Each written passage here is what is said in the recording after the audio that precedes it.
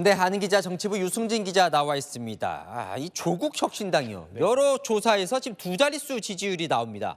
대체 어떤 표들인 거예요, 이 표들은? 네, 국민 약 3천 명을 대상으로 한 여론조사를 한번 보면요. 조국 혁신당 지지층의 특성이 어느 정도는 읽힙니다. 지역구 투표에서 민주당 후보를 뽑겠다는 응답자의 22%, 또 윤석열 대통령이 일을 잘 못하고 있다는 응답자 15%가 비례정당 투표에서 조국 혁신당을 뽑겠다고 했습니다.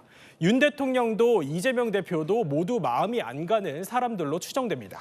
자, 그러면 이번 조국 혁신당이 총선에 미칠 영향. 자, 먼저 민주당 유리한 거예요, 불리한 거예요? 네, 먼저 또 다른 여론조사를 한번 보여드릴게요. 네. 비례투표 어느 정당 뽑겠냐 물었더니 지역구에서 민주당 후보 뽑겠다는 응답자의 39.4%, 그러니까 10명 중 4명이 비례는 조국 혁신당을 뽑겠다고 답했습니다. 이렇다 보니 민주당 내부에서도 의석을 갈라먹을 수 있겠다는 위기감이 감지됩니다. 민주당의 한 의원은요, 조국 혁신당에 대해서 민주당 내부를 갈라치고 공략해 의석을 더 가져가는 실속을 챙기려는 것 같다, 이렇게 말하더라고요. 하지만 오히려 민주당에 도움이 될 수도 있다는 정치학자도 있었습니다. 이재명 대표의 민주당에 불만이 있고 윤석열 대통령도 실은 그래서 투표를 안 하려던 사람이 조국 혁신당 찍으러 투표소로 올 수 있다는 겁니다. 그럼 비례는 조국 혁신당, 지역구는 민주당 뽑을 가능성이 있다는 거죠.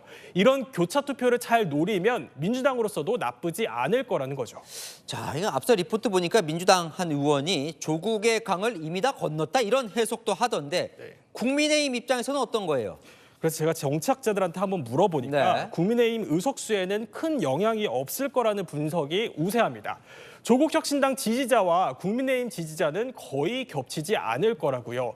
민주당이 조국 혁신당과 함께하면 실망한 중도층이 넘어올 수도 있다, 이런 시각도 있지만요.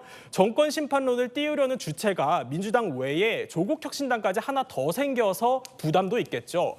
국민의힘 관계자에게 조국 혁신당 대응 전략을 물었더니 지켜보고 있다, 이렇게 말을 하더라고요. 굳이 조국 혁신당 언급해봐야 체급만 커진다는 판단인데요. 야권이 반윤 정서로 뭉치면 반대로 국민의힘 지지층도 더 결집할 수 있다는 분석도 있습니다. 자, 좀 헷갈리는데 제3지대에 미칠 영향은 어느 정도 뚜렷한 것 같습니다. 네, 사실 제일 손해보는 쪽 제3지대라는 게 공통된 분석입니다. 반윤석열, 반이재명을 노리고 탄생한 게 이준석, 이낙연 대표인데 오히려 그 표를 지금 조국 혁신당이 가져가는 모양새니까요. 특히 손익계산서로 보면 이낙연 대표가 가장 속이 쓰릴 거라는데요. 여론조사를 보면 어느 정도 이해가 갑니다. 비례정당 투표 여론조사를 야권 지지세가 강한 호남으로 좁혀서 보면요. 조국 혁신당은 14%인데 전남지사 출신 이낙연 대표가 이끄는 새로운 미래는 1%입니다. 거대 양당과의 싸움도 벅찬데 조국 혁신당도 견제해야 하는 힘겨운 구도에 놓여 있는 거죠. 자, 결과적으로 정리를 해보면 조국 혁신당이 이번 선거에 판세에 미칠 영향이 어느 정도 될 것 같아요? 네, 우선 제3지대는 타격을 받을 수밖에 없어 보입니다. 하지만 국민의힘과 민주당 어느 당에 유리하고 불리할지는 현재로서는 가늠하기는 어렵습니다. 민주당으로서는 선거 과정에서 조국의 강에 다시 빠져들 여지도 있어 셈법이 복잡할 수밖에 없고요. 선거판 돌발 변수로 등장한 건 맞지만 한 달 뒤 표심으로 이어질지는 더 지켜봐야겠죠. 당을 막 만들어서 활동을 시작하다 보니 일종의 초반 효과를 누리는 거다, 이런 분석도 있습니다. 네, 잘 들었습니다. 아는 기자 유승진 기자였습니다.